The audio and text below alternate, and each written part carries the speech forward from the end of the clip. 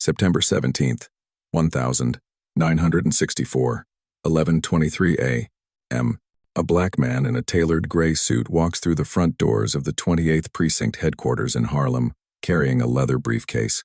His name is Ellsworth, Bumpy Johnson, and every cop in that building knows exactly what's inside that briefcase. The room doesn't go silent, it goes still. Typewriters stop mid-keystroke. Phone conversations trail off into nothing. Officers freeze at their desks, eyes locked on the man who just walked into the lion's den like he owned it. Because in a way, he does. Inside that briefcase are handwritten confessions, names, dates, dollar amounts, protection schemes that stretch from beat cops all the way up to City Hall, evidence that could collapse careers, destroy reputations, and trigger the biggest police corruption scandal New York has ever seen. Bumpy doesn't run, he doesn't hide, he doesn't beg. He walks straight to the front desk and asks to speak with the commanding officer. Now, you might be wondering, how does a Harlem kingpin get the NYPD by the throat? How does one man, operating outside the law, force an entire precinct to choose between exposure and silence? That's exactly what we're about to uncover. But before we dive in, do me a favor, hit that subscribe button and turn on notifications so you never miss a story like this. And if you're already part of the family, drop a like to let me know you're here. It helps more than you think. Also, drop a comment right now and tell me, where are you watching from? New York? Los Angeles? Somewhere overseas? I want to know who's rolling with Bumpy Flame YT today. Now, back to September 17th, because what happened inside that precinct didn't start 2 days ago. It didn't even start 2 weeks ago. It started 48 hours earlier, on a Tuesday afternoon, inside a Harlem cafe, where 2 white officers tried to arrest Bumpy Johnson in front of everyone he knew. They thought they had the power. They thought they had the badge. They thought wrong. And by the time Bumpy was done, those 2 officers had vanished. Not killed, not run out of town, just gone. Quietly pulled off the streets and taken somewhere private. Somewhere they could be asked very specific questions. Somewhere they could write very specific answers. By the time Bumpy walked into that precinct with his briefcase, the clock was already ticking. The question wasn't if the scandal would break. It was who would control the narrative when it did. And Bumpy Johnson wasn't about to let the NYPD write that story. To understand what happened inside that precinct, you need to understand Harlem in 1964. This wasn't the Harlem you see in documentaries about the Renaissance. This wasn't the Harlem of jazz clubs and poetry readings, though those still existed, tucked between the cracks of something harder, something sharper. This was a Harlem caught between 2 worlds. On one side, you had the civil rights movement gaining momentum across the South. Martin Luther King Jr. was preaching nonviolence. Freedom riders were getting beaten on buses. The nation was watching Black Americans demand their rights on television every single night. But up in Harlem, the fight looked different. Here, the enemy wasn't just segregation or Jim Crow laws. It was poverty. It was police brutality. It was a system designed to keep you down while pretending to protect you. The cops didn't serve Harlem, they occupied it. And everyone knew the difference. The 28th Precinct wasn't there to keep the peace. It was there to keep control. Officers rolled through the neighborhood like an occupying force, shaking down business owners, planting evidence, beating suspects in back alleys where no one could see. They took bribes from numbers runners, protection money from bar owners, and kickbacks from anyone trying to operate without getting arrested every other week. And if you didn't pay, you got shut down. Simple as that. But there was one man the NYPD couldn't shut down: Ellsworth Bumpy Johnson. Now, if you've heard the name before, you probably know the legend. Harlem's godfather, the man who ran the numbers racket, controlled the streets, and kept the Italian mob from taking over black neighborhoods. Hollywood's told his story a dozen different ways, but most of those versions miss the point. Bumpy wasn't just a gangster. He was a strategist. He understood something most people didn't. Power isn't about who's the toughest or who has the most guns. Power is about leverage, information, knowing who owes what to whom, knowing where the bodies are buried literally and figuratively. By 1964, Bumpy had been in the game for over 3 decades. He'd survived prison. He'd survived rival gangs. He'd survived the Italian mafia, trying to muscle in on his territory. And he'd done it all by staying 3 steps ahead of everyone else. He didn't operate out of some hidden warehouse or underground bunker. He operated out of the Palm Cafe on 125th Street. The Palm wasn't fancy. It wasn't trying to be. It was a small corner spot with worn booths, a long counter, and coffee that tasted like it had been sitting on the burner since morning. But it was neutral ground. A place where Harlem's unofficial business got handled over eggs and toast. Where deals were made with handshakes instead of contracts. Bumpy had his usual table in the back corner, always the same spot, always facing the door, always surrounded by people he trusted, not bodyguards, but associates, men who understood the rules of the street and knew when to talk and when to stay quiet. The Palm was where Bumpy held court, where he listened, where he made decisions that rippled through Harlem without a single shot being fired. And on September 15th, 1964, at exactly 3:47 p.m., two officers from the 28th Precinct walked through the door and tried to change that. They thought they could embarrass him, humiliate him in front of his own people, drag him out in handcuffs and remind everyone who really ran Harlem. They were wrong, because what those officers didn't understand, what the entire NYPD didn't understand, was that Bumpy Johnson didn't just control the streets. He controlled the information. He knew which cops were dirty. He knew which politicians were on the take. He knew which judges looked the other way, and which prosecutors could be bought. He'd spent decades building a network of eyes and ears that stretched from the barbershops to the precincts to City Hall itself. And when you know that much, when you've got that kind of leverage, you don't need to be the toughest guy in the room. You just need to be the smartest. So when officers Patrick Sullivan and James Kowalski walked into the Palm Cafe that Tuesday afternoon, they weren't just walking into a restaurant. They were walking into a trap they didn't even know had been set. And Bumpy? He was already 10 moves ahead. The door to the Palm Cafe swung open at exactly 3:47 p.m. Two white officers stepped inside, and the temperature in the room dropped 10 degrees. Patrick Sullivan and James Kowalski, both from the 28th Precinct, both known in Harlem for the wrong reasons, shakedowns, planted evidence, late-night beatings that never made it into any official report. Sullivan was the talker, mid-40s, thick neck, the kind of cop who wore his badge like a weapon. Kowalski was quieter, younger, but just as dangerous. His hand rested on his belt, fingers drumming near his holster like he was itching for an excuse. Every conversation in the cafe stopped. Forks hovered over plates. Coffee cups stayed frozen halfway to lips. The jukebox in the corner kept playing, but nobody was listening anymore. Sullivan's eyes swept the room, landing exactly where he knew they would on Bumpy Johnson, sitting in his usual corner booth, calm as Sunday morning. Bumpy didn't flinch, didn't stand, didn't even look surprised. He just took a slow sip of his coffee and waited. Sullivan walked straight toward him, boots heavy on the tile floor, making sure everyone heard him coming. Kowalski followed 2 steps behind, scanning the room like he expected someone to make a move. When Sullivan reached the table, he didn't ask permission. He didn't introduce himself. He just started talking, loud enough for the entire cafe to hear.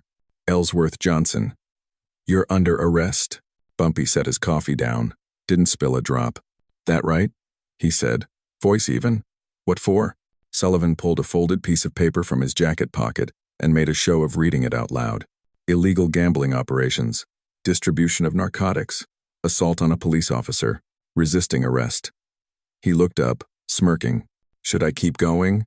Or you get the picture?" The charges were absurd. Everyone in that room knew it. Bumpy hadn't touched narcotics in years. He'd made it clear to everyone in Harlem that heroin was poison, and anyone pushing it in his territory would answer for it. As for assaulting an officer, Bumpy hadn't been in a fistfight since the 1950 seconds. This wasn't an arrest. It was theater. Bumpy leaned back in his seat, fingers laced together on the table, and asked the only question that mattered. "Who paid for this?" Sullivan's smirk faltered. Just for a second. Just long enough for everyone watching to catch it. "Excuse me?" "You heard me," Bumpy said. "Who paid for this?" The room was so quiet you could hear the clock ticking on the wall. Because that's what this was. Everyone knew it. The charges didn't matter. The paperwork didn't matter. What mattered was that someone with money, someone with power, had decided Bumpy needed to be reminded of his place. And they'd sent Sullivan and Kowalski to deliver the message. Sullivan's jaw tightened. "Get up." Bumpy didn't move. "I said get up." Still nothing. Sullivan reached down and grabbed Bumpy by the arm, trying to yank him out of the booth. Bumpy didn't resist. He just stayed seated, dead weight, and looked up at Sullivan with the kind of calm that made grown men nervous. "You sure you want to do this?" Bumpy asked quietly. Sullivan pulled harder. Bumpy didn't budge. Kowalski stepped forward, hand moving toward his gun. And that's when the door opened again. Detective Marcus Thompson walked in. Now, Marcus Thompson was a rarity in 1964, a black detective in the NYPD. There weren't many. The department didn't exactly roll out the welcome mat for black officers, and the ones who made it through had to be twice as good and 3 times as careful. Thompson was both. He was sharp, educated, a man who understood the law better than most of the white officers who outranked him. And more importantly, he understood Harlem. He knew the difference between real crime and manufactured charges. He knew when the department was playing dirty. And right now, the department was playing dirty. Thompson walked straight up to Sullivan and Kowalski, badge clipped to his belt, and said 4 words that changed everything. "Let me see the warrant." Sullivan turned, annoyed. "This doesn't concern you, Thompson. If you're making an arrest in my precinct, it concerns me. Let me see the warrant." Sullivan hesitated. Just long enough for Thompson to know the truth. "You don't have one, do you?" "We don't need." "Yes, you do." Thompson's voice was calm, but it cut through the room like a blade. "You need a warrant. You need probable cause. You need an incident report. Where's the incident report for this alleged assault on an officer?" Silence. "Where's the evidence for the narcotics charge?" More silence. Thompson looked at Bumpy, then back at Sullivan. "You got nothing. No warrant. No report. No probable cause. What you're attempting right now isn't an arrest. It's an illegal seizure under color of authority. And if you drag this man out of here without proper documentation, I'll file a report myself before you even get him to the station." Sullivan's face went red. Kowalski looked like he wanted to say something but didn't know what. Thompson stepped closer, voice dropping low enough that only the officers could hear. "Walk away. Right now. Before this gets worse for you." For a long moment, nobody moved. Then Sullivan let go of Bumpy's arm. He straightened his jacket, shot Bumpy one last look, half threat, half promise, and turned toward the door. Kowalski followed. The 2 officers walked out of the Palm Cafe the same way they came in. But everything had changed. Because now they'd been embarrassed, challenged, exposed in front of a room full of witnesses, and men like Sullivan didn't forget that. As the door swung shut behind them, Bumpy looked up at Thompson and gave him a single nod. Thompson nodded back, then left without another word. The cafe stayed quiet for another 10 seconds. Then, slowly, conversations started again. Forks clinked against plates. The jukebox kept playing, but everyone in that room knew the same thing. This wasn't over. Not even close. By Wednesday morning, word had spread through Harlem like wildfire. Bumpy Johnson had been confronted. 2 cops tried to drag him out of the Palm Cafe in handcuffs, and he didn't move an inch. A black detective shut the whole thing down in front of everyone. On the surface, it looked like a win, but anyone who'd been around long enough knew better. The NYPD didn't take losses like that and just walk away. Especially not in Harlem. Especially not when it involved a man like Bumpy Johnson. The department had a reputation to protect, and that reputation was built on fear, control, and the understanding that the badge always won. Always.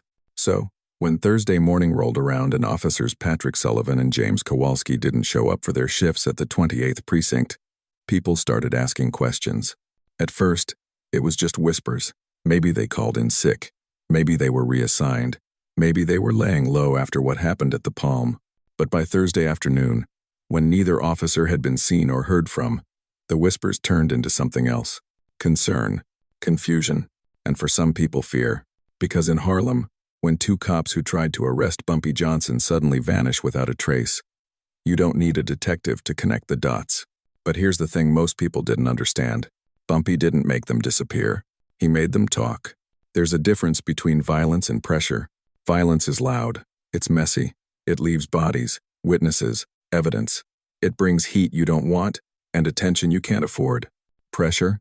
Pressure is quiet. Pressure is knowing where a man lives, where his kids go to school, where his wife buys groceries on Saturday mornings. Pressure is understanding that a badge doesn't protect you when you're off duty, alone, and someone who knows your schedule decides it's time for a conversation. Bumpy Johnson had spent 30 years learning how to apply pressure. And Sullivan and Kowalski? They were about to get a masterclass. It started with Sullivan. Wednesday night, around 11:45 p.m., he left a bar in the Bronx where off-duty cops like to drink and complain about their shifts. He was alone. His partner had already gone home. Sullivan was 3 drinks in, feeling bold, probably still replaying the scene at the Palm Cafe in his head and thinking about how he'd get even. He never made it to his car. 2 men stepped out of the shadows near the parking lot. They didn't pull guns, didn't throw punches. They just walked up on either side of him, calm and professional, and said 4 words. "Someone wants to talk." Sullivan tried to resist, tried to reach for his off-duty piece. But before he could even get his hand on the grip, one of the men had his wrist locked up, and the other was guiding him toward a black sedan, idling at the curb. No shouting, no struggle, just smooth, practiced efficiency. 30 seconds later, Sullivan was in the back seat, and the car was gone. Kowalski was picked up Thursday morning. He was smarter than Sullivan, didn't drink as much, didn't stay out late. He went straight home after his shift, locked his doors, kept his service weapon on the nightstand. But smart only gets you so far when someone's already 10 steps ahead. Kowalski woke up Thursday at 6:15 a.m. to the smell of coffee brewing in his kitchen. He lived alone. He grabbed his gun and crept down the hallway, heart pounding, every instinct screaming that something was very, very wrong. When he reached the kitchen, he found a man sitting at his table, calmly pouring 2 cups of coffee like he'd been invited. The man looked up and smiled. "Morning, officer. Have a seat." Kowalski raised his gun. "Get out of my house." The man didn't move, didn't flinch, just gestured to the chair across from him. "You can point that at me all you want, but we both know you're not going to pull the trigger. Because if you do, you'll never find out where your partner is." Kowalski's hand wavered. "That's right," the man continued. "Sullivan's already having a conversation. Real productive one, too. Now it's your turn, so put the gun down, sit down, and let's talk like adults." Kowalski hesitated for another 5 seconds. Then he lowered the gun and sat down.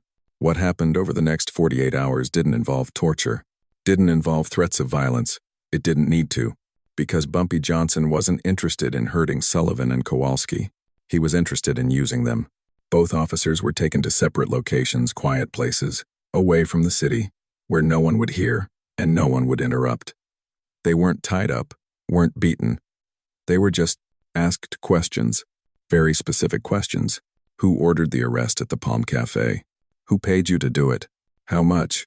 How long have you been taking bribes? Who else is involved? At first, both men refused to talk. They were cops. They had the union. They had the department backing them. They thought they were untouchable. But Bumpy's people were patient. They didn't rush. They didn't yell. They just kept asking, kept pressing, kept reminding Sullivan and Kowalski that their names were already on a list. And the only question now was how many other names would be on that list with them. And slowly, piece by piece, the walls came down. Sullivan cracked first. He admitted he'd been on the take for 6 years. Protection money from illegal gambling operations in the Bronx. Kickbacks from bar owners who didn't want their liquor licenses pulled. Bribes from bookies who wanted to operate without getting raided every other month.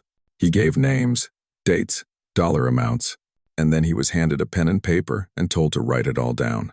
In his own handwriting, every name, every bribe, every dirty deal he'd been part of. Kowalski held out longer, but not by much. By Friday morning, he was writing too. And when both confessions were finished, signed, and dated, Bumpy's people didn't stop there. They kept digging. They asked about other officers, other precincts, other operations. They asked about the people above Sullivan and Kowalski, the sergeants, the lieutenants, the captains who looked the other way as long as they got their cut. They asked about the politicians, the judges, the prosecutors, and one by one, the names piled up. By the time Bumpy was finished, he didn't just have 2 dirty cops on paper. He had nearly half the 28th precinct, and a dozen powerful people outside the department who relied on police corruption to protect their interests. Now, here's the part most people don't think about. What's the weather like where you're at right now? Seriously, drop it in the comments. I'm curious. Because while you're sitting there watching this, Imagine what it must have felt like to be one of those officers. To realize that everything you thought was protected, every dirty deal, every bribe, every shortcut you took, was now written down in black and white, signed by your own hand, sitting in a briefcase that could end your career with a single phone call. That's the kind of pressure Bumpy Johnson knew how to apply. Not violence. Leverage. By Friday afternoon, Sullivan and Kowalski were released. They weren't hurt, weren't threatened. They were just let go, told to go back to their lives, go back to their shifts, act like nothing happened. But both men knew the truth. They were done. Their confessions were out there now, in someone else's hands. And if they ever stepped out of line again, if they ever tried to come after Bumpy, or anyone connected to him, those confessions would see the light of day, and their careers, their reputations, their lives as they knew them, gone. By Saturday morning, Bumpy Johnson had a leather briefcase sitting on his desk. Inside were handwritten confessions from 2 NYPD officers, along with detailed notes on corruption schemes that stretched from Harlem to City Hall. It was enough to destroy careers, enough to trigger investigations, enough to collapse the entire power structure that kept the 28th Precinct running the way it did. And Bumpy had a decision to make. He could leak it, let the press run wild, watch the department burn, or he could do something smarter, something no one would expect. He could walk into the 28th Precinct himself, briefcase in hand, and force them to make a choice. Exposure or silence. September 17th, 1964, 11:23 a.m. Bumpy Johnson stood outside the 28th Precinct headquarters on West 123rd Street, briefcase in hand, and made a decision that would either cement his legend or end his life. He was about to walk into a building full of armed police officers, many of whom wanted him dead, carrying evidence that could destroy half the department. No backup, no lawyers, no plan B, just him, a briefcase, and the kind of confidence that only comes from knowing you hold all the cards. He adjusted his tie, took one last look at the street behind him, and walked through the front doors like he owned the place. The reaction was immediate. Conversations stopped mid-sentence. Phones were set down without being hung up. Officers froze at their desks, eyes locked on the man who just strolled into their headquarters like he was there to file a noise complaint. But this wasn't confusion. This was recognition, because every cop in that building knew exactly who Bumpy Johnson was, and more importantly, they knew what had happened 48 hours ago. Sullivan and Kowalski had come back to work Friday morning looking like they'd seen ghosts, pale, quiet, refused to talk about where they'd been, refused to explain why they'd missed their shifts. But the rumors had already started. Bumpy got to them. Bumpy made them talk. Bumpy had something. And now, here he was, standing in the middle of their precinct, holding a briefcase that might as well have been a live grenade. Bumpy walked up to the front desk, where a young officer couldn't have been more than 25 sat staring at him like he'd just seen a magic trick he couldn't explain. Bumpy set the briefcase on the counter, didn't open it, just rested his hand on top, calm as Sunday morning. "I need to speak with your commanding officer," he said, voice even, polite, like he was asking for directions. The young officer blinked. I don't. Now," Bumpy added, still polite, but the weight behind that single word made it clear this wasn't a request. The officer swallowed hard, picked up the phone, and dialed. 30 seconds later, he hung up and pointed toward the back hallway. "Captain's office, third door on the left." Bumpy nodded, picked up the briefcase, and walked. Every step he took through that precinct felt like walking through a minefield. Officers watched him from their desks, some with anger, some with fear, a few with something that looked almost like respect. Because whatever else Bumpy Johnson was, he wasn't a coward. You don't walk into the lion's den unless you know the lions can't touch you. And right now, they couldn't. Captain Raymond Callahan was waiting for him. Callahan was old school NYPD, late 50s, gray hair, the kind of cop who'd been on the force since before most of his officers were born. He'd seen it all: riots, mob wars, corrupt politicians, dirty cops. Nothing surprised him anymore. But when Bumpy Johnson walked into his office carrying that briefcase, Callahan's expression shifted. Just slightly. Just enough. Bumpy closed the door behind him and sat down in the chair across from Callahan's desk without being invited. Callahan didn't tell him to leave. For a long moment, neither man spoke. Then Callahan leaned back in his chair and said, You've got a lot of nerve walking in here. Bumpy set the briefcase on the desk between them. I've got a lot more than that. Callahan's eyes flicked to the briefcase, then back to Bumpy. What's in there? The truth. Callahan's jaw tightened. You want to be more specific?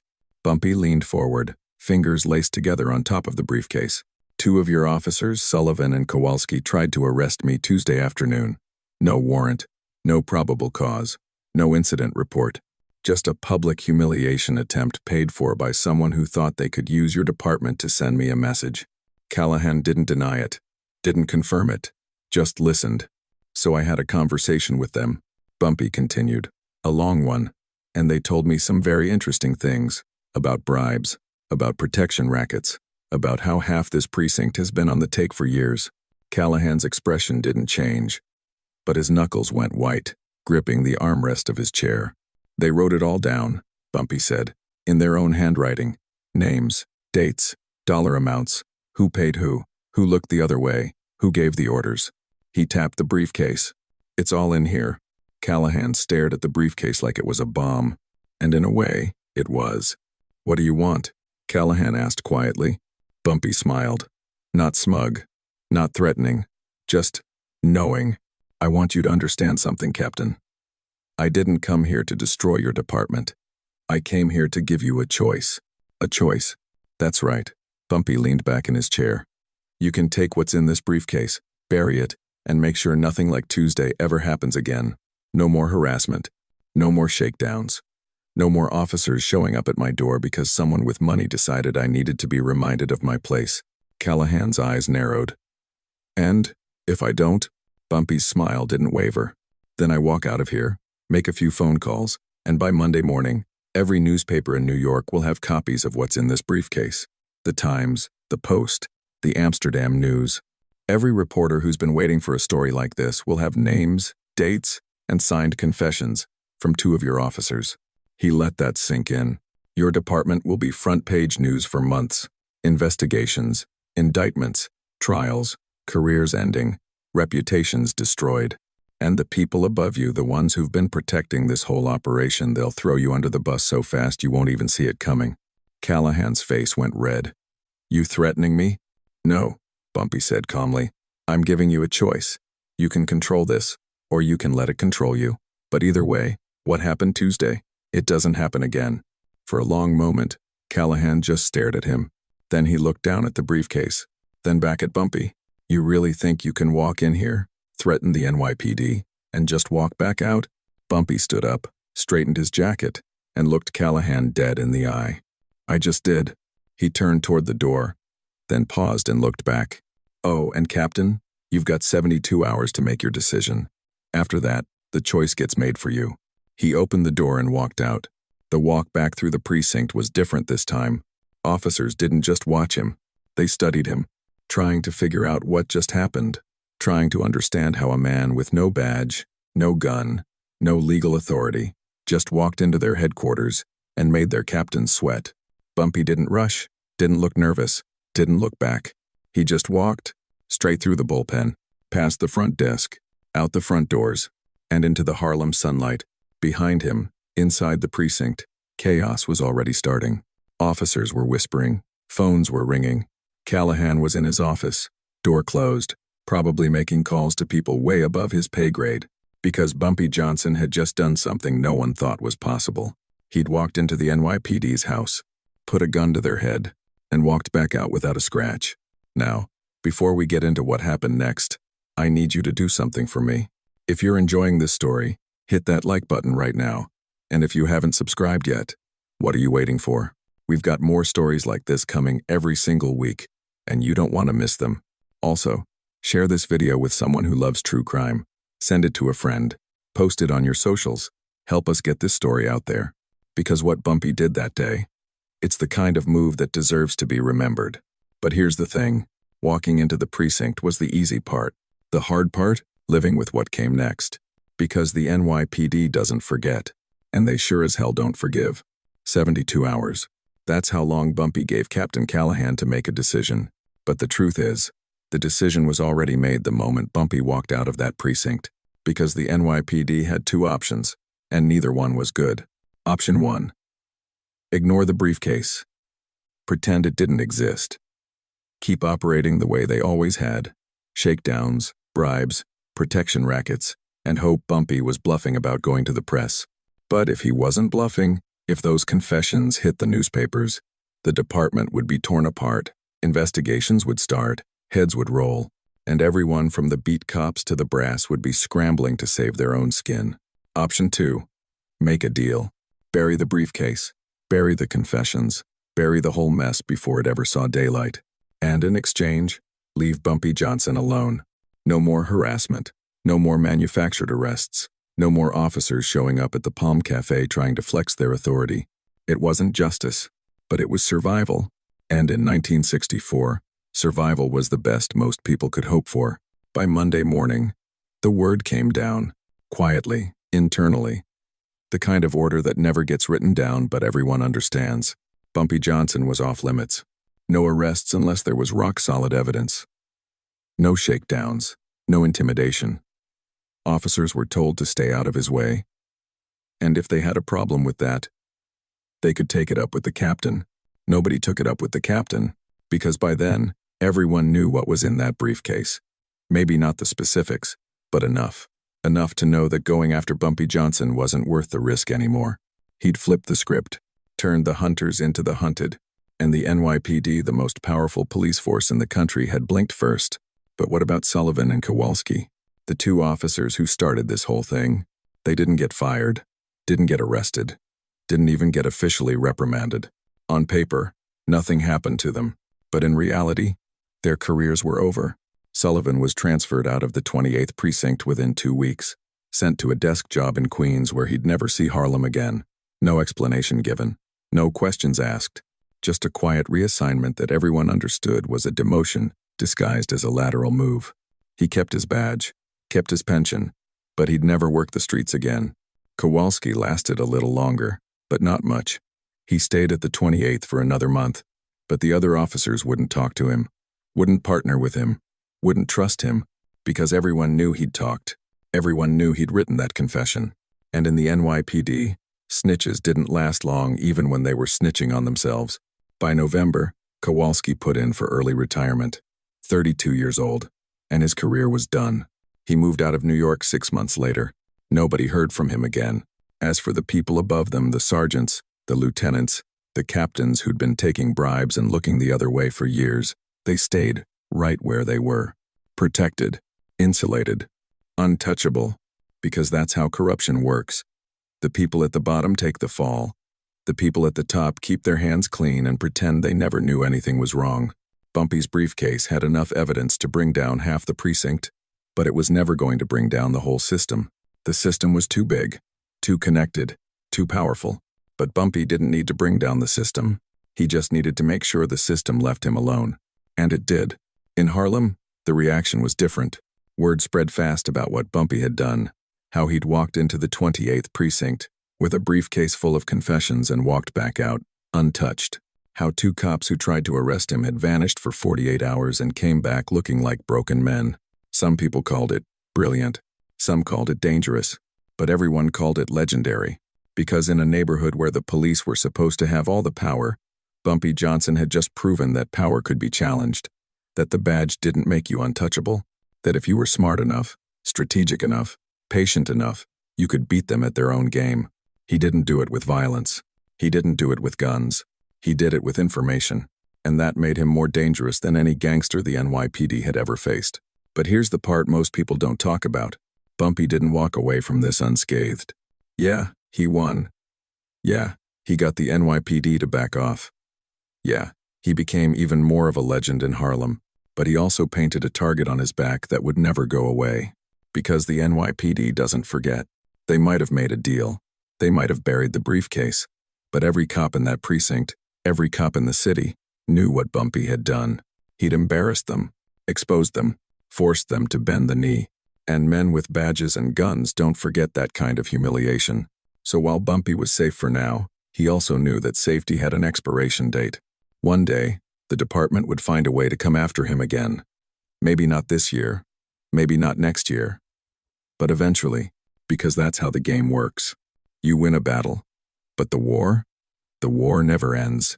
Still, for the moment, Bumpy had done something no one else in Harlem had ever managed. He'd made the NYPD blink. And in 1964, in a city where black men were beaten, arrested, and killed by police with no consequences, that was more than a victory. It was a statement. It said, "We're not powerless." It said, "We can fight back." It said, "You don't own us." And for the people of Harlem, who'd spent their whole lives being told they had no power, no voice, no chance against the system, that statement meant everything. Bumpy went back to the Palm Cafe the next day. Same corner booth, same cup of coffee, same calm, unbothered energy, like nothing had happened. But everyone who walked through that door knew something had happened. They didn't talk about it, didn't ask questions, didn't make a big deal out of it. They just nodded, showed respect, and kept moving. Because in Harlem, you didn't need to say it out loud. You just needed to know. And everyone knew. Bumpy Johnson had just rewritten the rules. So what do we take away from all this? What does it mean that a Harlem kingpin walked into a police precinct in 1964 with a briefcase full of confessions and walked back out a free man? It means power isn't always about who's got the biggest gun or the most muscle. Sometimes, power is about who's got the most information. Who's paying attention when everyone else is looking away? Who's patient enough to wait for the right moment? Who's smart enough to know that the system can be beaten not by tearing it down, but by using its own weight against it? That's what Bumpy Johnson understood better than almost anyone. He didn't fight the NYPD head-on. He didn't start a war he couldn't win. He didn't try to be a hero or a martyr. He just played the game better than they did. And when the dust settled, he was still standing. Now, Bumpy's story didn't end in 1964. He kept operating in Harlem for years after that, kept running his operations, kept navigating the dangerous line between the streets, the mob, and the law. He went back to prison, got out, went back in, got out again. He survived attempts on his life, survived rival gangs, survived the Italian mafia trying to push him out. And when he finally died in 1968, 4 years after walking into that precinct, he died of a heart attack at the Palm Cafe. The same place where this whole story started. The same corner booth. The same cup of coffee. Like the universe had come full circle. But his legacy? That didn't die with him. Because what Bumpy did in September of 1964 became the blueprint for how you fight power when you don't have a badge, a title, or the law on your side. You gather information. You build leverage. You wait for the right moment. And then, you make your move. It's a lesson that echoes far beyond Harlem, far beyond the 1,960 seconds, far beyond one man with a briefcase. It's a lesson about survival, about strategy, about refusing to be powerless even when the entire system is designed to keep you that way. And in a world where corruption still exists, where power still protects power, where the people at the top still get away with things the people at the bottom never could. That lesson is just as relevant today as it was 60 years ago. So the next time you hear about someone taking on a system that seems unbeatable, remember Bumpy Johnson. Remember that he didn't need an army, didn't need a movement, didn't need permission. He just needed to be smarter, more patient, and more strategic than everyone who underestimated him. And that was enough. Now, before you go, I need you to do something for me. If this story got you thinking, hit that subscribe button and turn on notifications. We've got more true crime stories coming your way, stories about power, survival, and the people who refuse to play by the rules. Drop a like if you made it this far. Seriously, it helps more than you know. And leave a comment. Tell me what you think. Tell me if you'd heard of Bumpy Johnson before this. Tell me if you think he made the right move, or if he should have done something different. I read every single comment, and I want to hear from you. Oh, and share this video. Send it to someone who loves true crime. Post it on your socials. Help us get this story out there, because stories like this deserve to be told. Bumpy Johnson walked into the 28th Precinct on September 17th, 1964, carrying a briefcase that could have destroyed the NYPD. He didn't fire a shot, didn't throw a punch, didn't raise his voice. He just walked in, made his point, and walked back out. And the NYPD never came after him the same way again. That's not just a story. That's a masterclass in power. Thanks for watching. I'm Bumpy Flame YT, and I'll see you in the next one. Stay sharp, stay curious, And remember, the truth is always more interesting than the legend.